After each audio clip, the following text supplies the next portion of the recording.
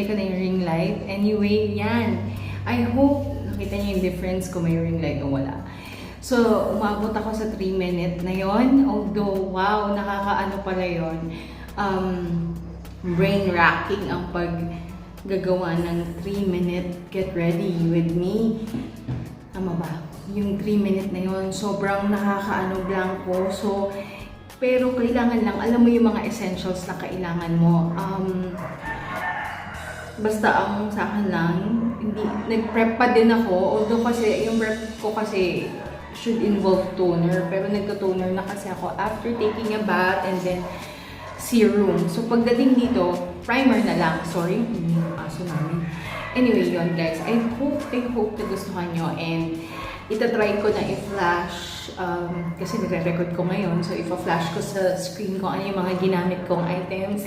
And most of them are really affordable. And yeah, always use a wet sponge kung gusto nyo ng tip. And also for your hair, may isi-share lang akong hack sa inyo. If numinipis na yung hairline nyo, alam mo yun, numinipis na yung hair nyo, this is what you can do to amp it up.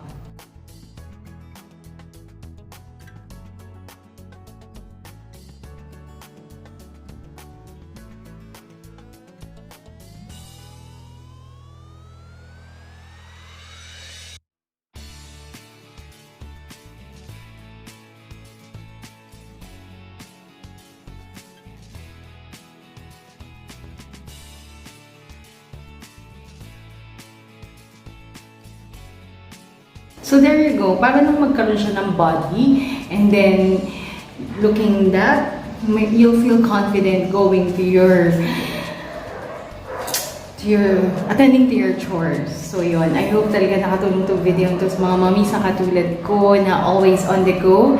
Never neglect yourself. It's really important to, take care of yourself. This is not vanity. This is just part of, self-care, and knowing na you will go out of your house na presentable ka is big of a deal. So guys, I hope you're all having a great Holy Week. Have a blessed Holy Week, and yeah, see you on my next. Please like and subscribe. Thank you so much for watching. Bye!